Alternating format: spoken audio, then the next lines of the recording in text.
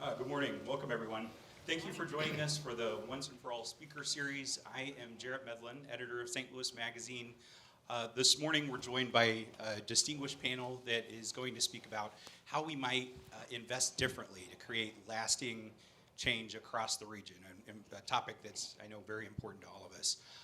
We're also going to hear about some of the progress that's being made, as well as the importance of investing in under-resourced communities. And along the way, we'll hear a little bit about ways that we can all make a difference in ways big and small. So without further ado, I'll introduce our distinguished panel.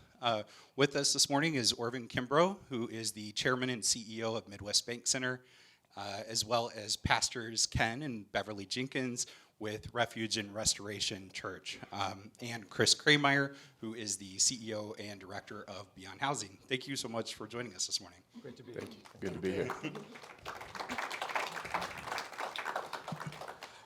To get started, could you share just a little bit about why you're here and why this topic is so important to each of you and your organizations? And Chris, if you want to start us off this morning.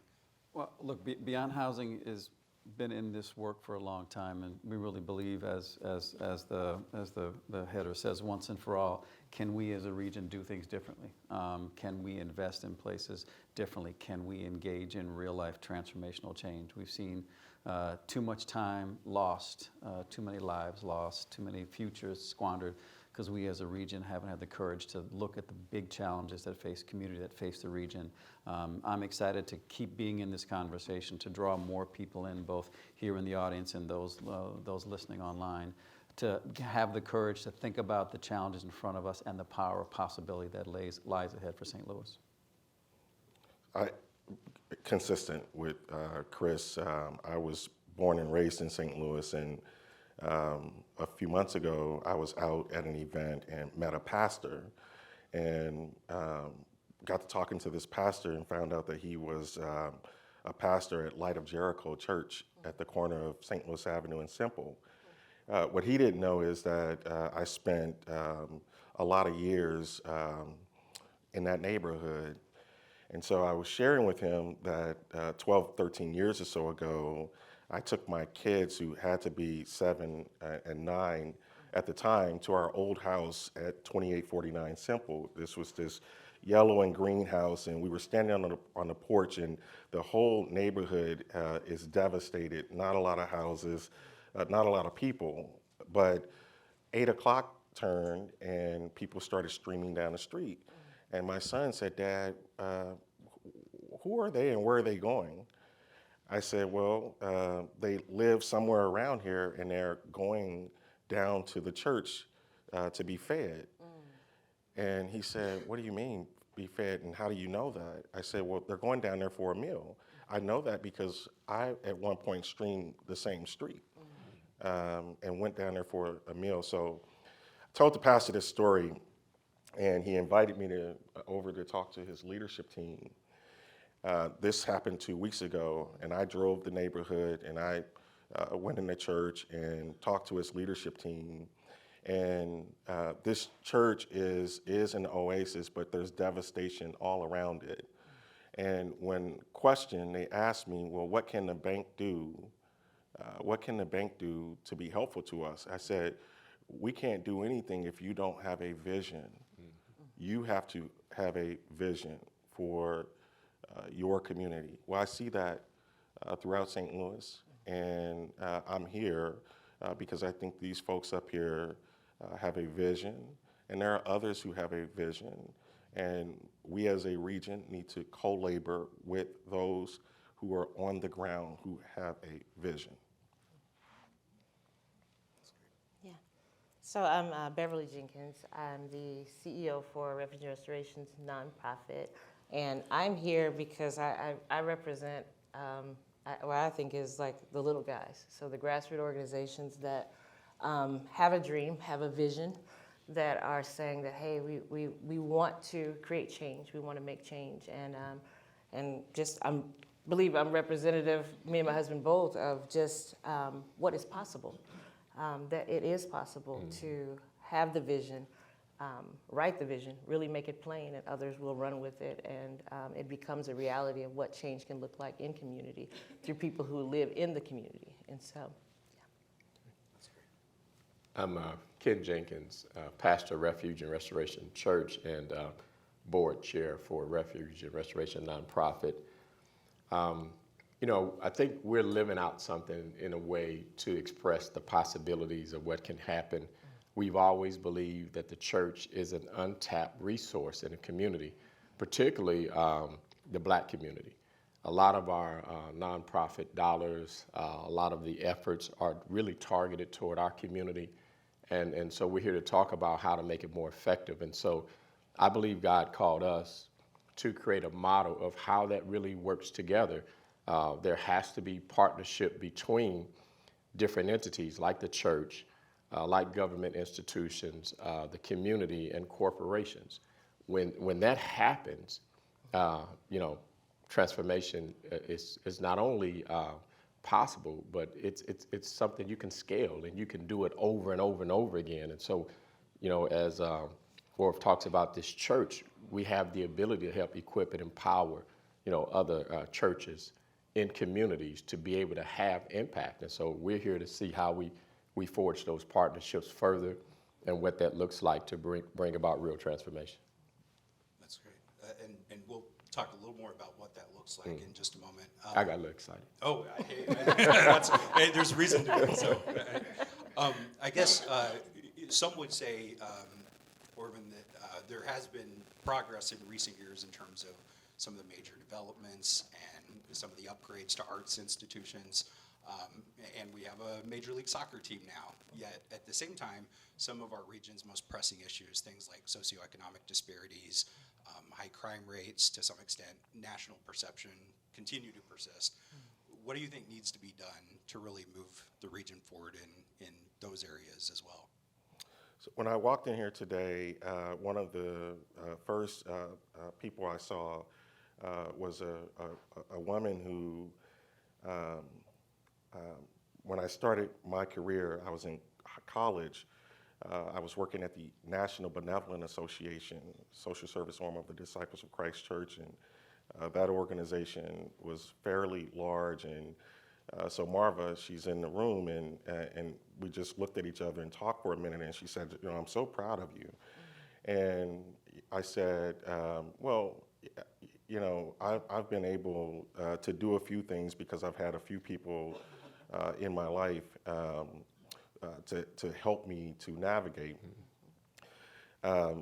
National Benevolent Association focused on housing, and it exposed me early on to community and economic development. So for 23 years, I've been close to this space, although not in it. I think the answer that I would give you is an answer that most of us in this room can conclude in terms of how you build a community, but the execution of the answer is the most challenging.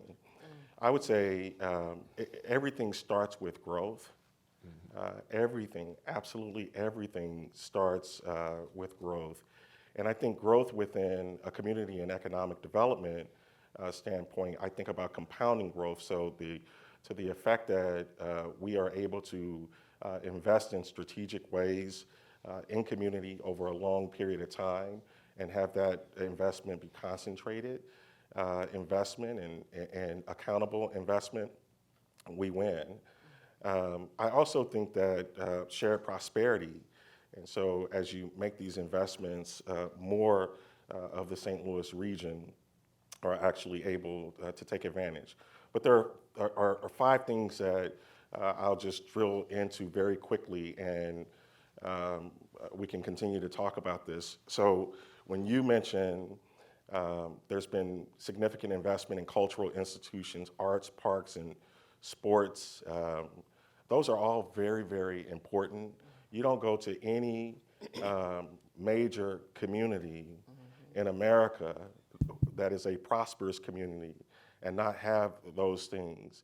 And so we need those things, and we need to invest in local colleges and universities, particularly those colleges and universities that train and educate people who stay in the St. Louis region.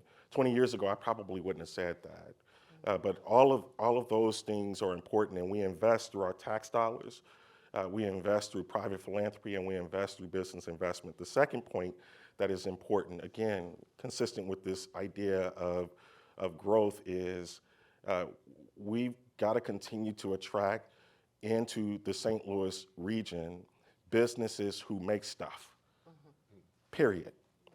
If we don't do that, again, game over. You're going to see more concentrated wealth and things of that nature that doesn't necessarily create for a sustainable community. And you have to become more hospitable to startup. And startup actually looks like this room, which is fairly diverse and unusual. That's not the way investments happen today. So that business investment is important. The third thing that's important is we've got to grow population. This past week, the Business Journal published an article that essentially said that St. Louis is going to lose its spot as the 20th or 21st largest metropolitan region. And the reason that matters is we no longer show up in the national dialogue. St. Louis is losing ground. Kansas City is increasing ground. We've got to have population growth, which is why efforts that the International Institute and others are doing to get our fair share of the fastest growing population, the Hispanic community, is so important. So that's the fourth, and this will go quickly. As we attract people in, and as we enroll the unproductive part of our region from a labor standpoint, they need to be in jobs where they can earn comfortably. Here's why that's important. And I'm staying away from all of the political words that you typically think about when people make that comment. It's important because you have to understand how America actually functions. So growth is tied to you and I spending.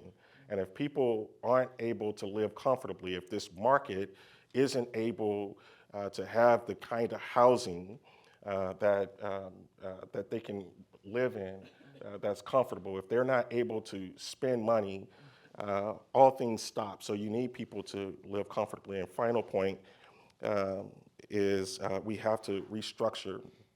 We have to restructure how we invest and how we think. And from an investment standpoint, we tend to spread money very broadly out amongst a number of maintenance organizations. I think that's important.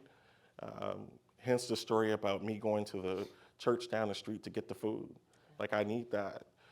But you also need to have some targeted investments in communities that have an outsized impact on this so-called national perception. And I imagine when you say national perception, what you're talking about is the national perception that St. Louis has a history of exclusion and segregation. It's the national perception that St. Louis, black and brown people don't get ahead from a business standpoint. It's the national perception that communities are often disinvested, and the people there are locked out and they lack hope. And so if you make an outsized investment in these communities and you lean in from a thinking standpoint and treat it as an asset, and you highlight and we become a national model for community and economic development, that's going to attract more resources. But you have to lean into that historical scar that is there and just call it what it is. So from my vantage point, building on what Orv said, is it's an and both for us, right? It's, of course, we need institutions. We need sports teams. We need cultural institutions. We need places of higher education. Of course, we need those. But we also need to have strong and healthy communities. Yeah. And we have not for decades. And St. Louis is not uncommon across the country. We've not invested in real and meaningful ways to create equity of opportunity for folks to live their best possible lives. Again, we sprinkle money around. We hand out Band-Aids, which we should when people are suffering. But then what, right? So that church to the idea of, and what Ken and Beverly are doing is, yes, come in, we have some Band-Aids, but more than that, we want to heal you in a transformational kind of way, right? And again, the investments need to be in those transformational kinds of changes. And again, we as organizations need to be thinking about transformation and not simply the transactions of healing today's suffering. Of course we should do that, but it needs to ladder up to systemic change. As a region, we can only progress so far if we keep leaving so many people behind. That's why we're slipping. That's why Orlando and Raleigh are moving past us, right? Again, wouldn't it be great if St. Louis was known for the region that had the courage to change the way they invested in community, right? And that's investment philanthropically, that's investment from the business community, that's investment from the public sector. Be bold, be audacious, and have the courage to do things differently. In St. Louis, we are so scared of change, right? We want to take incremental steps, and we're at the point now, I believe, in our region where incremental change is no longer what we need. We need big, bold, and audacious change, and that takes courage all across the region. Anything you would add to that? Or? No, I think too we have to look at what happened. You know, even with the unrest in Ferguson, it created an opportunity for this change. We haven't seized on that opportunity. We did the Band-Aid thing, and so the narrative hasn't changed. So people are watching us. They're watching everything we do. We can't go anywhere. We mentioned that we're from St. Louis. They only want to talk about Ferguson, and so everybody's looking at that. But I want to, challenge everyone that's listening or here that we still have a window, but it's closing. I mean, we still have a window where we can have this kind of transformational impact that we're talking about, and so now we really need to be looking at execution. Ken, Yeah. I would say we did, I think, a little less than a Band-Aid. Okay. Right? I mean, honestly, right? If you recall, there was this thing called the Ferguson Commission, and they had a report that was thorough, comprehensive, Yeah. Right. put out a roadmap of where we go. Yeah. Have we done any of that as a region? Right? It's supposed to be a seminal moment, right? Right. This is our time to change, right? Because it shook us to our core. Yeah. That's right. And that window, to your point, what have we done? Can we now, almost 10 years later, Yeah. almost 10 years later, do we have the courage finally to say, can we do things differently? Yeah. Can we change the equity of opportunity and invest in real and meaningful ways in the people and places that have been left behind for far so long? Yeah. I'm just wanting to add that it's the perception too of investment. So when you invest in communities that you think are needy, it's viewed as welfare. And when you invest in communities that are affluent, it's considered an investment. And so I think the perception of investment has to change in St. Louis, because investment, if you don't invest in areas that are what you consider to be failing, and that's a consideration because I don't consider them to be failing, but if you don't invest in areas that you consider to be failing, you have really crippled your city. And so I think that is part of what we're talking about here, is that we have seen this crippling effect in our community, but yet we kind of want to hide it away and then say like, oh, we're doing great in this area, but yet everyone who's looking at it can see, quite plainly. To me, it's like the emperor's clothes. Like, he's walking around and everybody's like, oh, you look so nice, you're beautiful, but he's naked. And so we got to do something about the nakedness and address that. Absolutely. Well, and you kind of alluded to this with kind of the Band-Aid approach, or less than a Band-Aid. St. Louis in some ways is a very generous city, and individuals, families, businesses give generously to a wide range of causes every year. At the same time, I think maybe there's a different way to approach philanthropic efforts. And I was wondering, Pastor Ken, just how that might be. How could we maybe approach philanthropy a little differently? That's a great question. So, this is something that we're sort of engaging daily. And one of the things that became clear to us in the work that we do is that there is a issue of culture here. And what I mean by that is we all know that culture drives behavior. And there is a behavior here in St. Louis, particularly in the philanthropic community, that's inequitable. And let me press into that a little bit before you run me out the room. When you think about culture and it drives behavior, that's where we begin to develop what we value, our attitudes, and our beliefs. And in St. Louis, we have a lot of what we'll call co-cultural groups. And these groups, like what high school you go to, your community groups, your dinner groups. We have these small co-cultural groups where these are groups of people who align in their values, their thinking, and again, their behavior. What we learned, my wife and I, in this process of raising money for the work that we do in North County, particularly in Dalewood, is that if you are not a part of those groups, you have to apply to apply. And what I mean by that, before they'll even talk to you, you got to first be approved to be talked to. They haven't given you anything. And so, but if you're part of that group, there's no applications to fill out. There's no forms. And so when folk like us who are grassroots leaders from North County, we live in North County, we do work in North County, the process to apply is rigorous and is very little. So even though St. Louis is generous philanthropically, it's transactional when it comes to folk like us, not relational. And here's the difference, and why I'm talking about culture, because this is the culture of our community. And if we don't address that, we just keep doing the same thing. We celebrate giving to organizations like ours. But if you knew how much paperwork we did and how long it took and the amount that's given. So for instance, if you give us $3 million per se, and we jump through 50 hoops, and then it takes a year for us to actually get it. But if you are working, and I know this for a fact, it was about $200 million raised for the redevelopment of the Arch and the Arch grounds, and most of that was private equity dollars. And I promise you, nobody filled out applications because the people who was requesting the money for those type of things were part of those co-cultural groups with people that they already had aligned values, attitudes, and beliefs.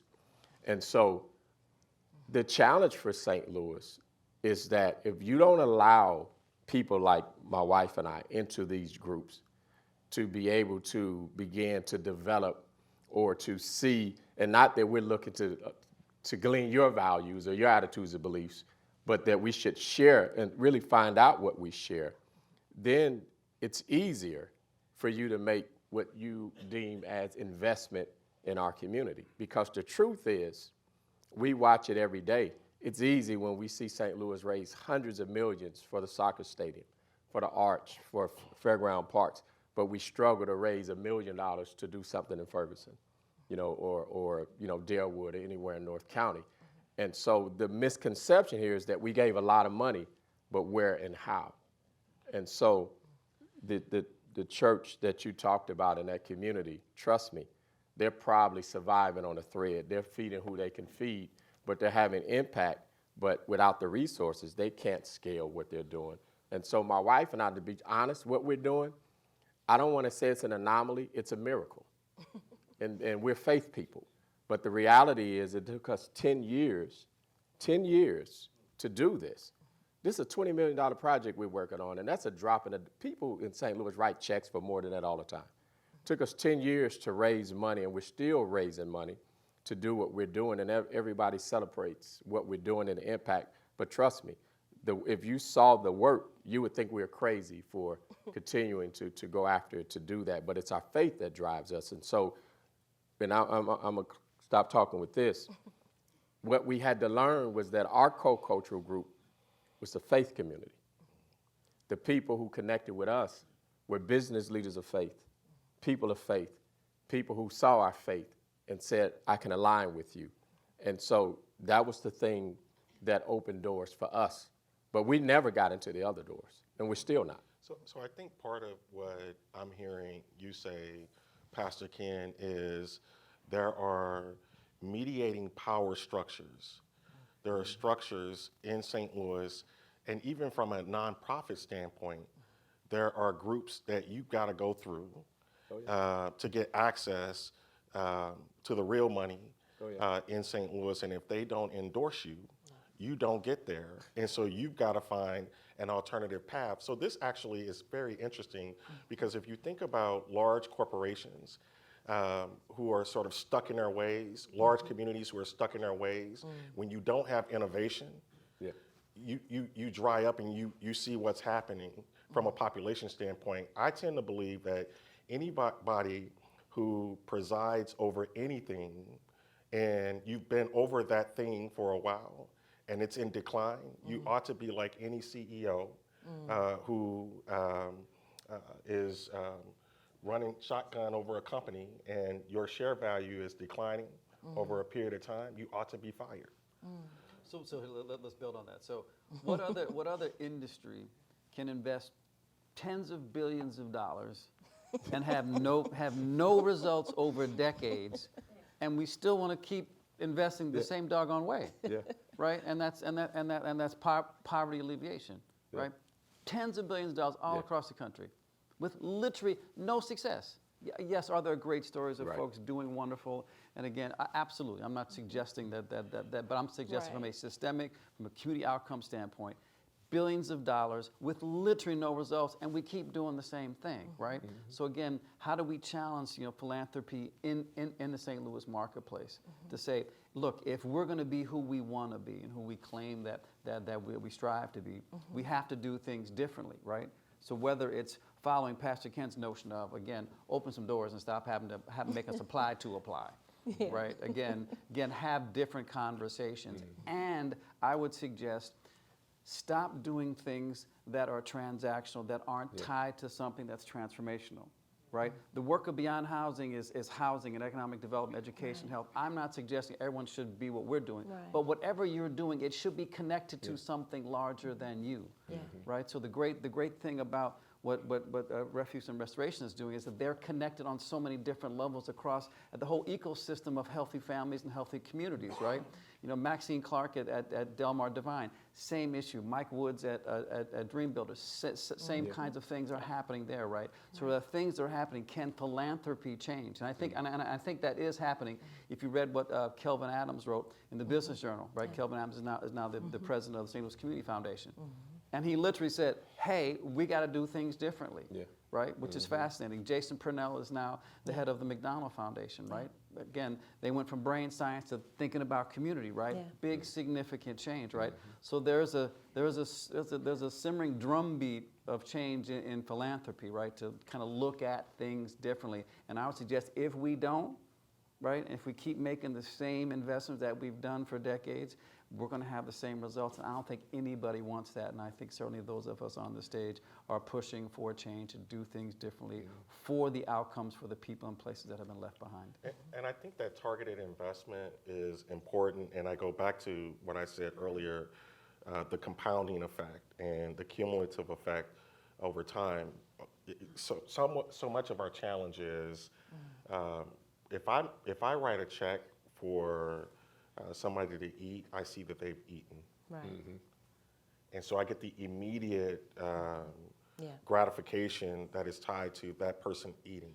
Right. If I write a check for somebody's trajectory to change, boy, that's over time. Like I can't see that, and I don't get the immediate rush from that. And so it's the patient capital that you need. And I think just real quick, how long before Amazon made a profit? Right. And no one said, well, we shouldn't keep investing in Amazon. And how long did it take to build a stadium? That's not, so what you're saying, it's relevant, but it's based on what we value. See, I'll wait patiently because I value what I believe the soccer stadium is going to do or the impact it's going to have. But it's easier for me to, and it's cheaper, to buy some sandwiches, to say I've done something well, or done something good.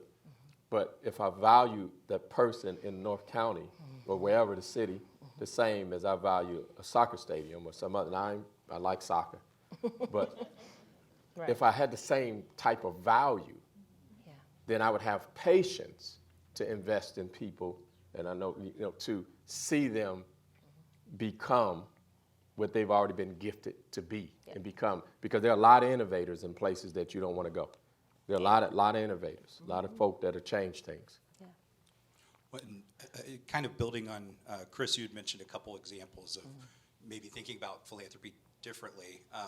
But Pastor Beverly, can you share maybe just one or two examples of what that looks like, maybe that you've seen? Yeah, so I think that Ken just hit on a lot of it, is that we are, and trust me, my answers aren't going to be as long as yours, okay? No, it's just, it's simple math for me. It's that when we invest in people, and we actually put our capital into people. So for instance, like, I know like what our organization is doing is that we're making sure that we're creating not only pathways, but so for instance with entrepreneurship, everybody wants to invest in the program of entrepreneurship or teaching people how to be entrepreneurs. And what they're saying is that we already are entrepreneurs, we need the capital.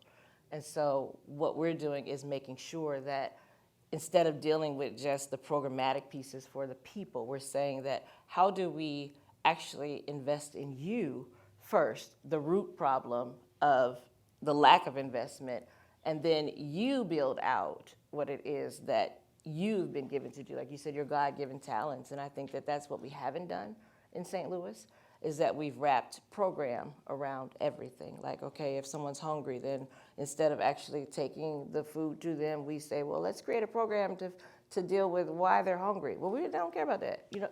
Nobody, we just want to deal with, of course, systemic change and those things, those root issues, but I think that we've got to trust the people too, which we haven't done. We haven't trusted the people. We haven't trusted the organizations that are on the ground. That has to take place. And what has happened with us is that we had to tell this story of who we are, what we're trying to accomplish over and over and over again until someone said, okay, I trust you. And so we need to do that same thing, and that's what we're doing, is that we want to repeat that same pattern with the people that we're serving and say, okay, we're going to trust you. You are innovative. You are brilliant.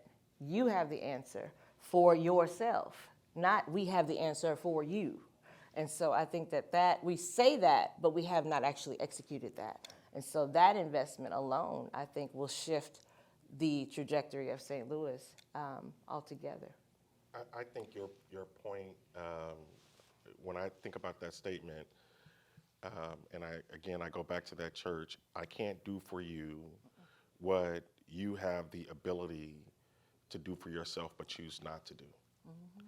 Like if you just start there, right? It really is powerful for you to say, look, once you decide that you want something different, there are people who are lined up to come alongside you, but you first have to have the vision for that. Yeah. I think that's a very powerful point. Yeah. So that's one of the things that we decide. So here's the thing. I think Chris said it earlier, is that we're dealing with the needs of people, which is totally fine. We have to deal with the needs because people can't even hear you. If I'm hungry, if I'm sick, if I'm sad, I can't even hear you until I've dealt with the need.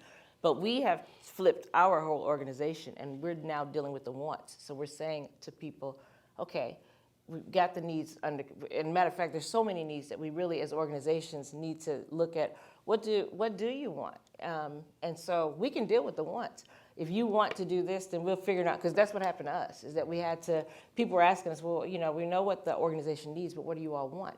And so that's the number one question I think that most of us, even those of us in the audience, are saying, like, it's hard to answer that in one succinct way.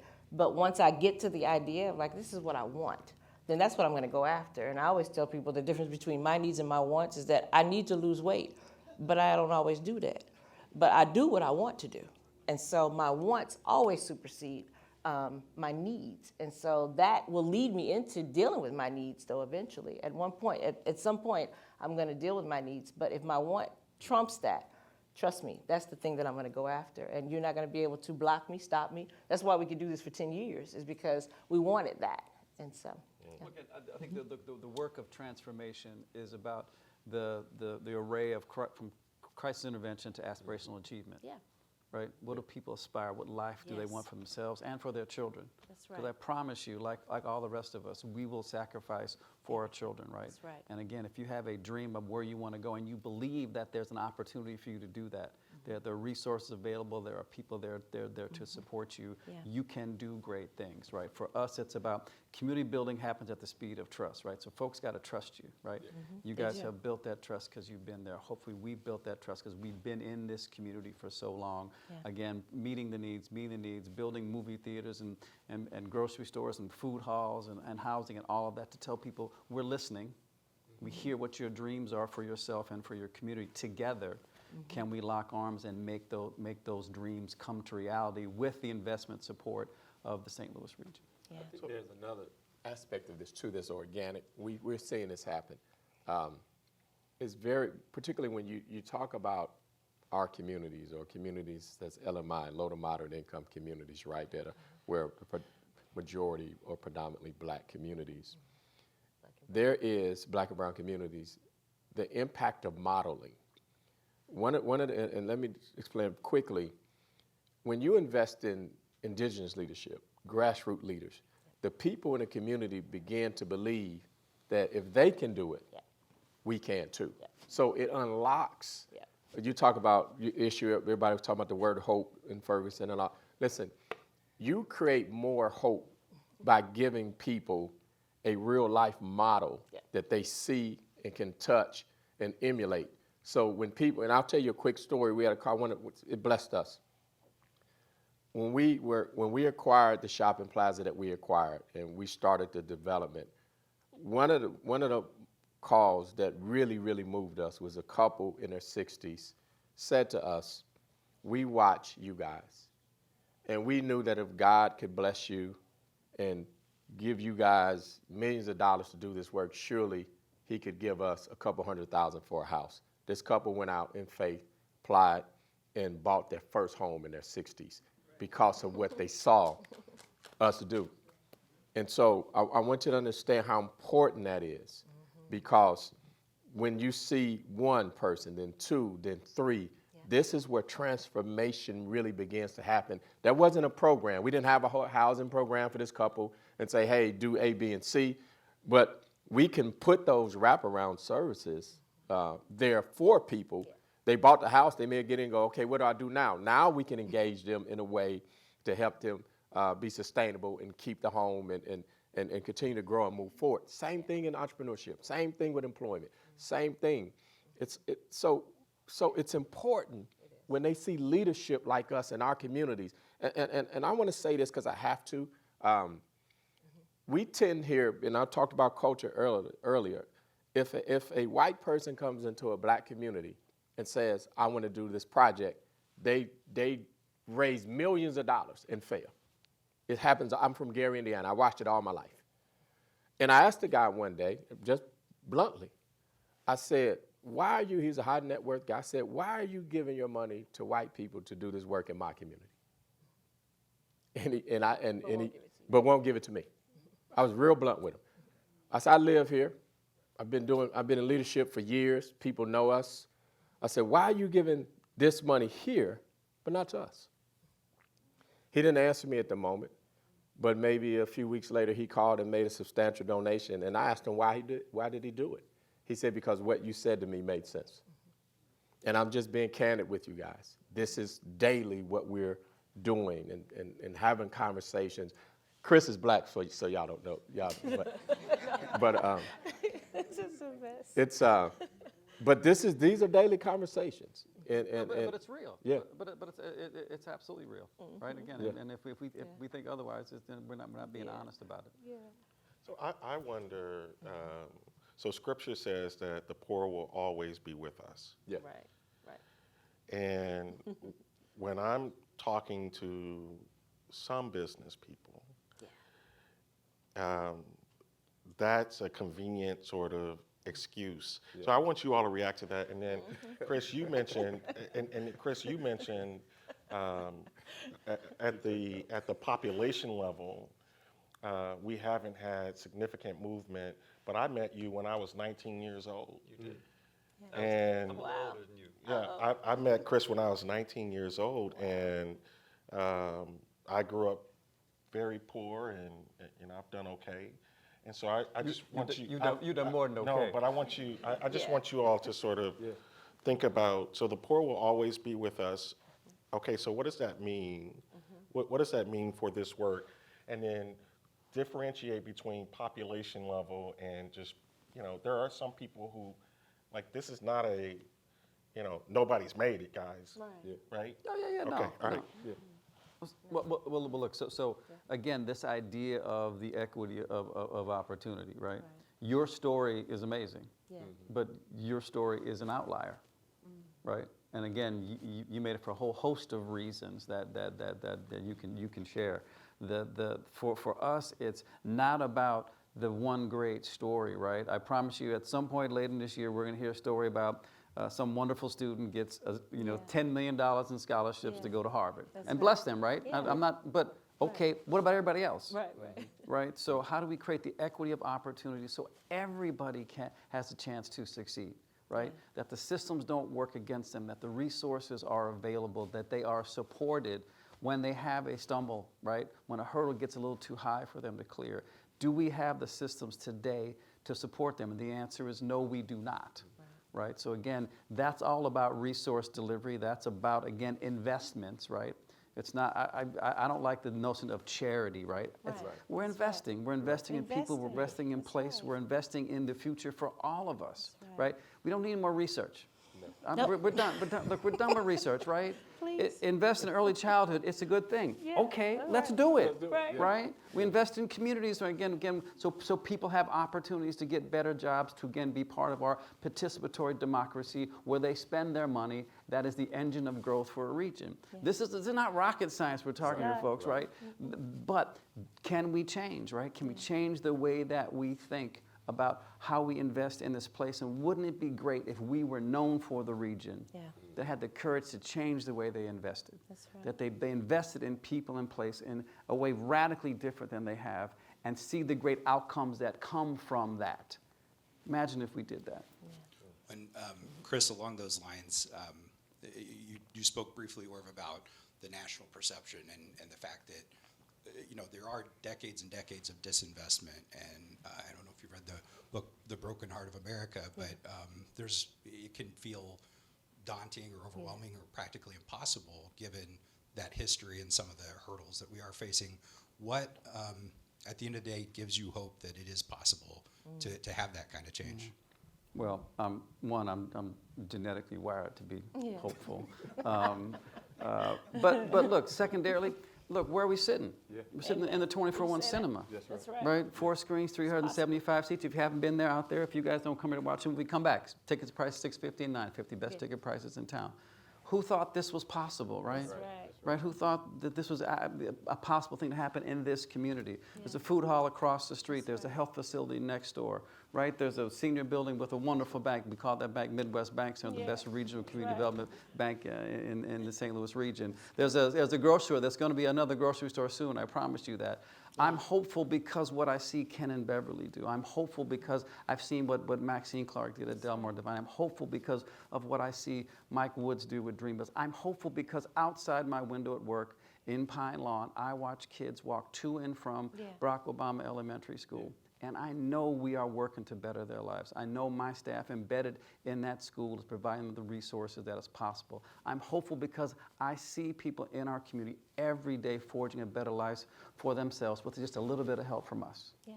And again, I'm positive that if we can continue to grow, and again, once and for all, change the way we think about what's possible in the future and do work that is transformational, great things can happen. It's like, when you think about historically the pilgrimage to America, people came to America and heard that there was some good things possible. So they came. When we have our daughter, we brag on her, she gets married Tuesday. She's a molecular scientist, but she does not want to live here. But the more she see us achieve, now she's built a house. We got her for a little bit. She built a home. She's getting married, her husband. She built a home here, so she got to stay a little while.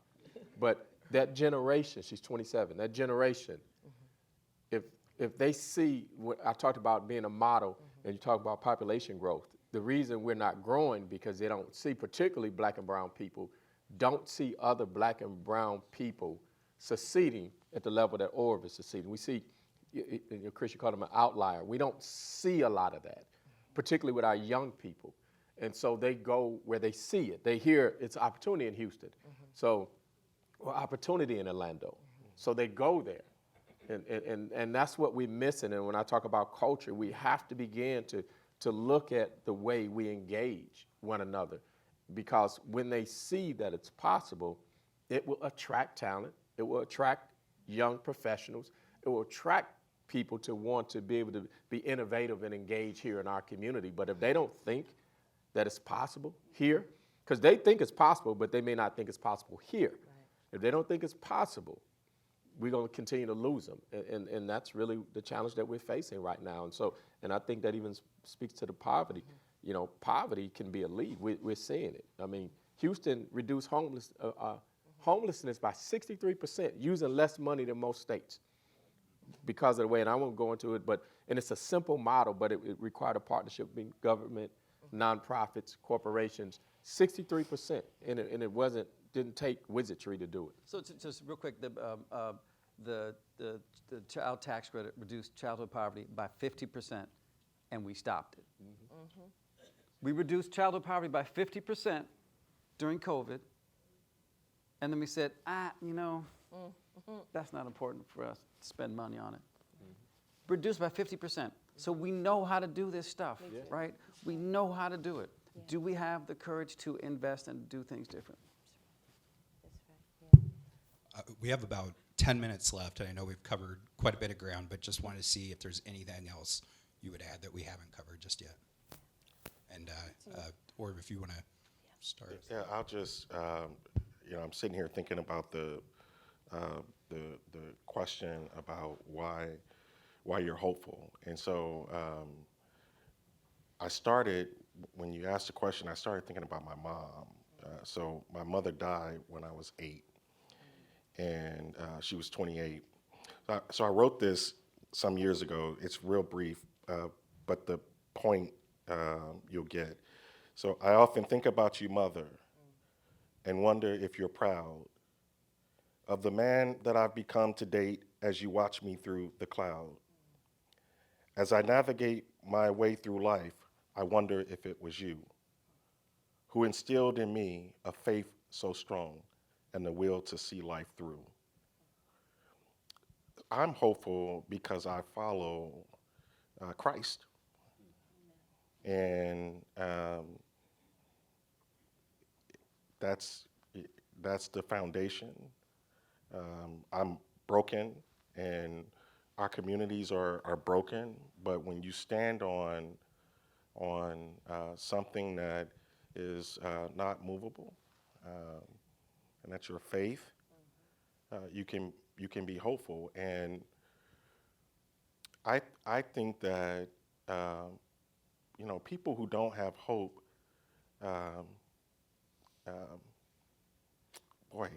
think about the worst place you can go in your mind when you don't have hope. And we all know someone who doesn't have that. So we've got to be hopeful. But with that said, I think oftentimes at events like this, people will come and they'll hear, and at the end of the day, at the cocktail hour, it will be, well, how'd you start your day? Well, I started my day at Beyond Housing at 2401. It was a great discussion. And that's it. That's it. Maybe there's a couple posts on social media. And so I want people to be hopeful, and I want you to also not be overwhelmed. I'm struck by the concept that many hands make for light work. And you don't have to do everything. Right. You don't have to do everything, but you can do something. Yeah, that's right. That is different. As I engage people, today there was a guy in the audience who I know from years back, and he said, "Hey, I'm doing work with you guys, and you guys are really doing a great job." So I've been at the bank now for 5 years, and we've done okay. And I generally will say, "Well, where are you banking?" Yeah. And he said, "Well, what do you mean?" Well, if we're doing such a great job, where are you banking? Yeah. Right. So, in other words, I got my account. in other words, so for me, it's the small things, and I'm very intentional with that. But it's a faith that is strong, that's important, and you can do small things, and don't manufacture in your mind that they're asking me to do something that I can't do. Many hands make for light work. That's right. Yeah. So I just want to say this too about the, and I'll be really brief, is that the hope that we have, not only as an organization but as a people, is that we're seeing this. Like, I know St. Louis is like, we've been like on this rant about like there's 17,000 nonprofits and there's too many of us and all these different things. But I'm so hopeful because I think those 17,000 nonprofits are so necessary. I hope it's, don't go, but I don't care if it grows. I'm like, it's an amazing thing because I think that what we've seen, what's happened, the reason why they're there is because the bleed was great and they're teaching us that we have not funded right. And so they're saying that, well, the people are saying that, well, then if you guys can't get that together, we'll do it ourselves. And so that's what is the outgrowth of that. But I'm hopeful because I've seen those nonprofits come together. They're working together. They may not be as like loud or as vivacious and have the social media contacts or you don't know they're there, but they're working together. I mean, I think about like even for instance, like a young lady that's out in the audience right now, Erica Williams. I mention her organization because I love what she does. And, but her organization is also a, what do you call it? Open. We are open. We want the collaborations. We want the partnerships. And Chris Krameyer has been like a godsend to organizations. So I think that I'm hopeful because I'm seeing that we're not viewing each other as competition any longer. And we're saying that how do we raise the capital together? How do we do this together? And so to me, I mean, that's half the battle is that if I can learn from Chris Krameyer what he's done, how he's established it, and sit at people's feet who've gone before me, then then we're halfway through the process. But if we can't do that, then that's what blocks us. That's what hurts us. And so I think that we've decided, most of us, many of us that are nonprofits or whatever organizations we have decided that we're not doing it that way. So if no one else will come with us, we're going to go ourselves. And that's part of, Amen. and I think Andre, Yeah. light is that Andre Alexander over here. Yeah. He's doing a phenomenal work in the city with right. Tabernacle Development Corporation. And so we're creating our own culture. So if you don't want to go with it, we don't create one. Amen. Because it's so necessary and that we are able to work together and align with our values, our attitudes and beliefs and have impact. And so, we're going to continue to do that. And, we're humbled and grateful to have the opportunity to serve and to be able to do what we do. A shout out to Pastor Andre and to Erica Williams, Yeah. doing great work. Look, for me, and I'll build on the hope thing. Hope is a verb for me, Yeah. right? Hope is actionable, That's right. right? It's not some soft, wishy-washy, Right. It's about rolling up your sleeves and believing in the power of what's possible and being committed to what I see today is simply not acceptable. We've grown to this place where we become like, it's okay No. that we have homelessness. It's Right. okay that neighborhood, as long as it doesn't bother me, right? Right. Right? Like if I can drive around it and, not look at that homeless, panhandler on the street, look he or she in the eye, just gonna ignore them like they don't exist. That's not acceptable. So hope tells me that the power of what's possible. If you would have told me, I just celebrated my 30th year in this job. Yeah. If you would have told me 30 years ago when I was scared to death, like, oh my God, they gave me this job. Please, dear Lord, don't let me mess this up. Right. That we've been able to grow and do the kinds of things that we're doing today, impacting the lives that we are. Like, I'm not bored. But we were hopeful. That's I right. was always hopeful, right? And hope led to action, that led to execution, that led to how do we do this better? Yeah. The work of Beyond Housing today is so far different than when I started 30 years ago, because we were willing to have the courage to change and to evolve, Yeah. to open up movie theaters, to do community work. People told us, don't do community work, it's too hard. Many people have failed. People smarter than you, Chris, have failed. Man, I just, don't do that, right? And there are a lot of people smarter than me. So again, the idea for me is, can we show, can this be a beta? Can what Pastor Andre, can what Erica, what Ken and Beverly are doing, can we be betas? Look at the Yeah. power of what's possible. Yeah. And quite frankly, what we need is more investment Yeah. to get to scale. That's right. That's one last thing we haven't talked about, and I'm going to close with this. This notion of scale, right? And scale is typically, that's a business term, right? But we're in the business of helping people. We're in the business of changing communities and changing lives. Our business needs to get to scale, That's right. right? If we can't keep building on the great, so people come, look, ironically, people come all across the country and visit us. Yeah. I had a group from Phoenix earlier this year. I have a group from the Bronx that's coming, a group from Kansas City that's coming to see what we're doing here, Yeah. right? And I'm like, we ain't done, folk, right? Yeah. We still got more to do, but it's the power of what's possible. And can we, again, as a region, have the courage finally to say we have to do things differently? It will be uncomfortable. Right. But we got to be okay with being uncomfortable, unless you're okay with where we're at today and the direction we're heading today. Right. I'm personally not, right? I got one last good run left in me, and we're going to keep pushing for change. We're going to keep pushing for only doing things that is transformational for those we serve here in our community, for the entire St. Louis region. Absolutely. Well, thank you so much. This was a great discussion, and Orv, as you said, it's the discussion that kind of started the morning, but hopefully it's just the beginning of the conversation. And I know the goal of this series is to spur more thought and conversation around these topics. So encourage you to do the same, and also wanted to share that a recording of this session will be available later, and look for future sessions as well. Take care, and thank you so much for joining us this morning.